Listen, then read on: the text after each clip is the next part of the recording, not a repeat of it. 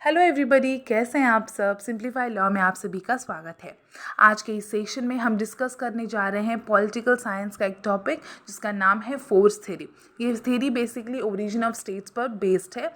Origin of state की और भी जो थ्योरीज़ हैं वो हमने डिस्कस की हैं, ऑलरेडी चैनल पे अवेलेबल हैं। अगर आपने वो वीडियोस नहीं देखे हैं तो देख लीजिए। Divine origin theory, social contract theory जिसके अंदर हमने जॉन लॉक, हॉब्स, रूसो उनके कंसेप्ट्स डिस्कस किए थे।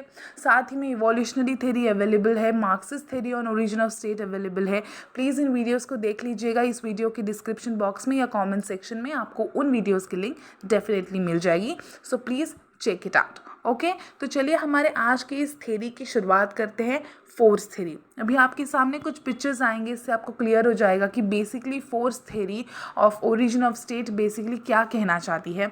तो देखिए ये पहला पिक्चर, इसके अंदर हम देख सकते हैं कि किसी तरह का युद्ध चल रहा है या एक लड़ाई चल रही है, कोई मर कर गिर चुका है या वॉर चल रहा है बेसिकली। तो हम देख सकते हैं कि जो डोमिनेंट है, ठीक है, वो जो वीकर है उसके ऊपर अपना फोर्स इस्तेमाल करने की कोशिश कर रहा है। इस पिक्चर में हम क्लियरली ये कोई भी कह सकता है कि डेफिनेटली वॉर चल रहा है, हर जगह खून खराबा है, एक दूसरे को मारने की कोशिश की गई है। तो बेसिकली पहले यही किया जाता था, जो भी राजा महाराजा थे वो अपना फोर्स इस्तेमाल करके, अपनी आर्मी, उनका जो कुछ भी सोल्जर्स थे, अपनी फोर्स अपना इस्तेमाल करके वो क्या करते थे, वीकर स्टेट्स पर, ठीक है, वीकर नेशंस पर अपना डोमिनेंस दिखा के या जो वायलेंस करके या वॉर करके उनके भी स्टेट्स को अपने अंदर लेने की कोशिश करते थे, अपने नेशन के अंदर मर्ज करने की कोशिश करते थे। तो बेसिकली यहाँ पे वही चल रहा है कि जो वीकर है उसके ऊपर स्ट्रॉन्गर का इन्फ्लुएंस हमें दिखाई देता है, ठीक है। तो ये है बेसिकली फोर्स थ्योरी, जो कहना ये चाह रही है कि जो स्टेट ओरिजिनेट हुआ है तो वो कैसे हुआ है, ना ही डिवाइन है ना ही इवोल्यूशनरी है, वो कहने की कोशिश कर रहे हैं, ठीक है, ना ही ग्रुप से ऐसे सोशल कॉन्ट्रैक्ट से वगैरह बनकर आया है। फोर्स थ्योरी ये कहना चाह रहा है कि जो ओरिजिनेट हुआ है स्टेट, वो बस फोर्स के इस्तेमाल से, फोर्स, वायलेंस, वॉर करके, ठीक है, ओरिजिनेट हुआ है, ठीक है। तो यही हम बेसिकली इस थ्योरी में जानने की कोशिश करेंगे। चलिए आगे बढ़ते हैं, इससे आपको पूरी तरह से इस फोर्स थ्योरी की क्लैरिटी मिल जाएगी। देखिए, according to this theory the state originated due to force exerted by the strong over the weak. देखिए जैसे कि मैंने कहा, स्टेट कैसे ओरिजिनेट हुआ है, फोर्स इस्तेमाल करके, by the stronger over the weaker over. The same view is expressed by Hume, Oppenheim, Jenks. तो ये proponents थे इस थ्योरी के, ठीक है। The powerful conquered the weak state is the outcome of the process of aggressive exploitation of the weaker और by the stronger over. यानी कि जो पावरफुल है वो क्या करता था, वीकर के ऊपर अपना इन्फ्लुएंस दिखा के, उसने डोमिनेंट करके, अपना फोर्स इस्तेमाल करके उसे अपने कंट्रोल में लेने की कोशिश करता था, उनका जो स्टेट है वो कॉन्कर करने की कोशिश करता था। तो ये जो प्रोसेस है ये एक एग्रेसिव एक्सप्लॉयटेशन की प्रोसेस है बेसिकली। एग्जाम्पल की अगर बात ली जाए तो अडोल्फ हिटलर को कौन नहीं जाता। तो अडोल्फ हिटलर बेसिकली इस फोर्स थ्योरी का एक, हम कह सकते हैं, प्राइम एग्जाम्पल है, हम ये कह सकते हैं। Adolf Hitler and his control over the Germany that led to the attempted control of Europe as well as the mass genocide of the Jewish population.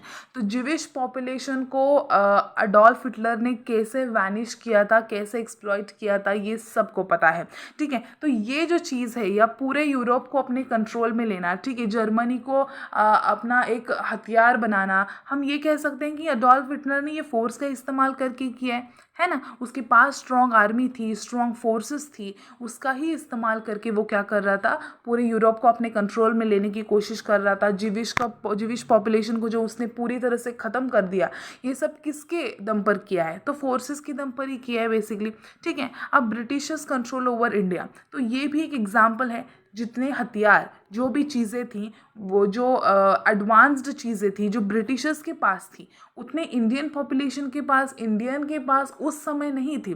तो यहाँ पे कहीं ना कहीं क्या हो रहा था, डोमिनेंस हो रहा था of the Britishers over the Indians over. तो ये एग्जांपल्स हैं फोर्स थ्योरी के, जिसमें एक जो ग्रुप होता है, एक जो पार्टी होती है, वो कैसी होती है, बहुत स्ट्रॉन्गर होती है than the other party over, जिसकी वजह से वो क्या कर सकते हैं, उस अदर पार्टी को, उस वीकर पार्टी को, उस वीकर ग्रुप को एक्सप्लॉइट करने की कोशिश करते हैं, ठीक है। In such a way wherever the strong group out did the weak the strong become the master and rule the weaker. तो इसी तरह से जो स्ट्रॉन्गर होता है वो मास्टर बन जाता है और वीकर को रूल करता है, वीकर को अपने कंट्रोल में लेने की कोशिश करता है, अपने मन मुताबिक उससे सारी चीज़ें करवाता है।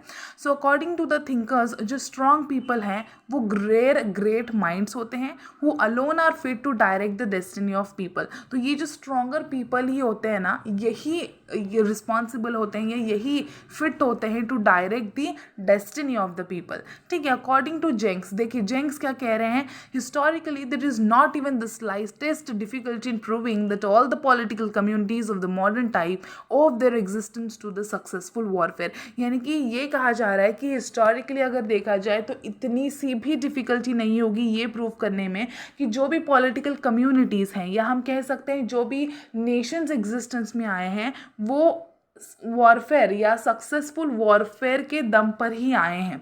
ठीक है। उनका एग्जिस्टेंस जो हुआ है वो ऐसे वॉरफेयर या सक्सेसफुल वॉरफेयर, वॉर करके, एक दूसरे को डोमिनेंस करके, एक दूसरे पर फोर्स इस्तेमाल करके ही उनका वो एग्जिस्टेंस हुआ है। ठीक है। According to Bluntschli, force is an indispensable element of the organization of the state. Definitely, in the two world wars, great Britain ने डिफेंड की अपनी territory against the Nazi forces over here only with the military power. Further the Russian military power stop the aggression of the German forces. तो यहाँ हम देख सकते हैं कि नाजी फोर्सेस, ये जर्मन फोर्सेस से खुद को डिफेंड करने की जो कोशिश ग्रेट ब्रिटेन ने और रशियन ने की है, वो किसके दम पर की है, तो अपने फोर्सेस के, ठीक है, अपनी मिलिट्री पावर के दम पर ही की है।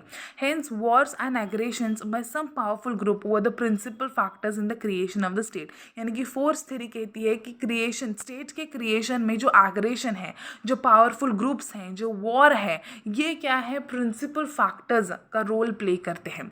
ओके, देखिए इस इमेज को देख लीजिए ताकि हमें ये जो कंसेप्ट है ये क्लियर हो जाए। देखिए, a man physically stronger established his authority over the less strong person. यानी कि ये जो ऑर्डर देने का काम कर रहा है, ये जो खड़े हुए भाई साहब है ना, इतनी मोटी सी तोंद लेके, तो ये क्या है, फिजिकली स्ट्रॉन्गर है, और ये क्या कर रहे हैं, एक्सप्लॉइट करने की कोशिश कर रहे हैं। ये जो वीकर है, जो नीचे झुका हुआ है, उसे अपने अंडर लेने की कोशिश कर रहे हैं, उसे अपने कंट्रोल में लेने की कोशिश कर रहे हैं। ठीक है, उसे अपने हुक्म झाड़ रहे हैं, हम कह सकते हैं। The strongest person in a tribe is therefore made the chief और लीडर ऑफ दैट ट्राइब। यानी कि जो एक ट्राइब है या एक ग्रुप है, उसके अंदर का जो पर्सन सबसे स्ट्रॉन्गर होगा वो क्या बन जाता था, लीडर बन जाता था, वो चीफ बन जाता था। जैसे हम यहाँ पे देख सकते हैं, ये खड़ा हुआ व्यक्ति क्या है, स्ट्रॉन्गर लग रहा है, तो इसे क्या बना दिया गया है, चीफ बना दिया गया है of the tribe. The chief used his authority in maintaining law and order and defending the state from the aggression from outside. तो ये जो चीफ होता था वो लॉ एंड ऑर्डर स्टेट में मेंटेन करता था, और बाहर के जो भी स्टेट्स हैं, आउटसाइड स्टेट्स को अपने स्टेट में घुसने से या एग्रेशन यूज़ करने से क्या करता था, डिफेंड करता था या रोकता था, स्टेट को अपने प्रिवेंट करके रखता था। State is born out of the force, exist in force and die in the absence of force. देखिए कितनी खूबसूरत लाइन कही गई है यहाँ पे। देखिए कह रहे हैं कि स्टेट जो है ये फोर्स से ही बॉर्न आउट हुआ है, फोर्स की वजह से एग्जिस्टेंस में है, और डाई मतलब स्टेट का एग्जिस्टेंस ख़त्म हो जाएगा जब फोर्स अब्सेंस हो जाएगा, फोर्स की अब्सेंटी हो जाएगी या फोर्स नहीं होगा, तब स्टेट भी क्या हो जाएगा, मर जाएगा या ख़त्म हो जाएगा। ये हम समझ सकते हैं, कंसिडर कर सकते हैं। देखिए, they rely on the oft quoted saying war begot और war begat the king as the historical explanation of the origin of the state. War, violence, force, separation gave rise to the king and the state. यानी ये war begat the king, इसका मतलब यही है कि war से ही king जो है वो अराइज हुआ है। ठीक है, जो किंग का एग्जिस्टेंस है, जो स्टेट का एग्जिस्टेंस है, वो किसकी वजह से है, वॉर से है। वॉर का बेसिकली मतलब हमें ये लेना है कि फोर्स से, ठीक है, वो स्ट्रॉन्गर है। ठीक है, दूसरे बाकी की जो भी नेशंस हैं, दूसरे बाकी की जो स्टेट्स हैं, उनसे ये स्ट्रॉन्गर है, उसके पास काफ़ी ज़्यादा फोर्स है, उसके वो अपना जो उसकी जो भी फोर्सेस हैं उनका इस्तेमाल करके दूसरों को क्या कर सकता है, अपने अंडर ले सकता है, अपने कंट्रोल में ले सकता है। तो बेसिकली वॉर बिगॉट या बिगेट द किंग का मतलब यही है कि वॉर से, फोर्स से स्ट्रॉन्गर है वो, इसीलिए क्या है, जो किंग है उसका अराइजेशन हुआ है या वो फॉर्म हुआ है। Okay, thus force was responsible not only for the origin of the state but also for the development of the state. Definitely force जो है वो सिर्फ origin of the state के लिए रिस्पॉन्सिबल नहीं है, साथ में force की वजह से क्या है, स्टेट का जो है डेवलपमेंट भी हो रहा है. चलिए, अभी हमने जो भी मेन प्रिंसिपल्स थे फोर्स थ्योरी के वो बहुत ही अच्छे से समझ लिए हैं. आई होप आपको समझ आया होगा कि बेसिकली फोर्स थ्योरी कहना क्या चाह रही है. काफ़ी सिंपल कंसेप्ट है ये. चलिए, क्रिटिसिज्म देख लेते हैं. Force indeed has played a very important role in the origin and development of the state. Some of the greatest empires of today have been established through blood and iron. Definitely आज के जो greatest empire हमें देखने के लिए मिलते हैं, definitely उनके पीछे एक हिस्ट्री है. ब्लड एंड आयर, या इसका मतलब ये है कि खून खराबा, कहीं ना कहीं वो बहुत सारे वॉर से, फोर्स से ही कहीं ना कहीं उनका एग्जिस्टेंस हुआ है. Definitely the theory of force ये एम्फसाइज करती है, ये बताने की कोशिश करती है, इस प्रिंसिपल को प्रमोट करती है कि survival of the fittest. Survival of the fittest की थ्योरी हमें पता है, हमने 12th में वगैरह पढ़ी होगी. जो साइंस बैकग्राउंड से वो जान सकते हैं डार्विन्स की theory, survival of the fittest. तो जो फिट है, ठीक है, जो हम कह सकते हैं कि स्ट्रॉन्गर है, उसका सर्वाइवल होता है इस दुनिया में. ऐसी एक थ्योरी थी वो. तो यहाँ पे भी वो कहा गया है कि फोर्स थ्योरी यही बताना चाहती है कि सर्वाइवल ऑफ द फिटेस्ट. इसका मतलब ये है कि जो स्ट्रॉन्ग है, ठीक है, जो फिजिकली स्ट्रॉन्ग है, जो अपना जो फोर्स है, ठीक है, अपनी जो भी उसके फोर्सेस हैं या जो भी उसकी स्ट्रेंथ है वो इस्तेमाल करके वीकर नेशन को एक्सप्लॉइट कर सकता है या अपने कंट्रोल में ले सकता है. वो क्या रहेगा, टिका रहेगा. बेसिकली क्या है, जो स्ट्रॉन्गर है वही टिका रहेगा, बाकी जो वीकर है वो ख़त्म हो जाएंगे एक तो, या जो स्ट्रॉन्गर है उनके अंदर, उनके कंट्रोल में आ जाएंगे. ठीक है, तो यहाँ पे वही कहा गया है कि the might is right and those who are physical weak go to the wall. जो फिजिकली वीक है वो छुप जाएंगे, ख़त्म हो जाएंगे, वैनिश हो जाएंगे इसी तरह से.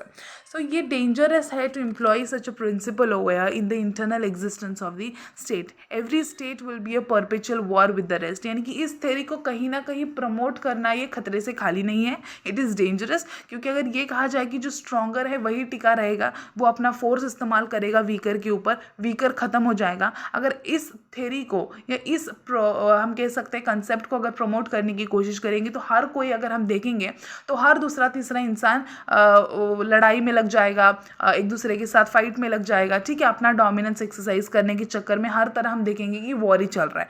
तो ये थ्योरी प्रमोट करना इट्स नॉट गुड. ठीक है. So this is a condition of chaos, pure and simple, endangering the peace and security of the world. Definitely हर तरह chaos हो जाएगा हर तरफ, और ये peace and security को world gets very much harmful. It endangers the peace and security of the world. The attention and efforts of every state will be directed toward war, preparedness and to win the war if it comes. तो हर कोई, अगर ये theory को हम promote करेंगे तो हर कोई क्या करने लग जाएगा, वॉर की तैयारी में लग जाएगा. ठीक है, उनके एम्यूनेशंस जो है, उनकी जो भी गन्स हैं, उन्हें प्रिपेयर करने में लग जाएगा. ठीक है, और ताकि जब भी वॉर उसके सामने आए वो उसे जीत सके. ठीक है, दूसरे पर अपना डोमिनेंस रख सके. तो इसीलिए हर कोई वॉर की प्रिपरेशन में लग जाएगा. This theory hides the real self of man and promotes the mean self of man by promoting him to fight and to establish his rule. ये थ्योरी जो कहीं ना कहीं क्या कर रही है, जो इंसान का रियल सेल्फ है, ठीक है, जो इंसान खुद अंदर से है उसे छुपाने की कोशिश कर रही है, और जो इंसान का मीन सेल्फ है, जैसे कि ये वॉर वगैरह क्यों होते हैं, अपना एक रूल इस्टेब्लिश करने के लिए. ठीक है, किसी को राजा बनना है, किसी को क्या करना है, बाकी के जो भी छोटे मोटे टेरिटरीज हैं उन्हें अपने टेरिटरी में लेकर अपना जो स्टेट है उसे एक्सपांड करना है, उसे बड़ा बनाना है.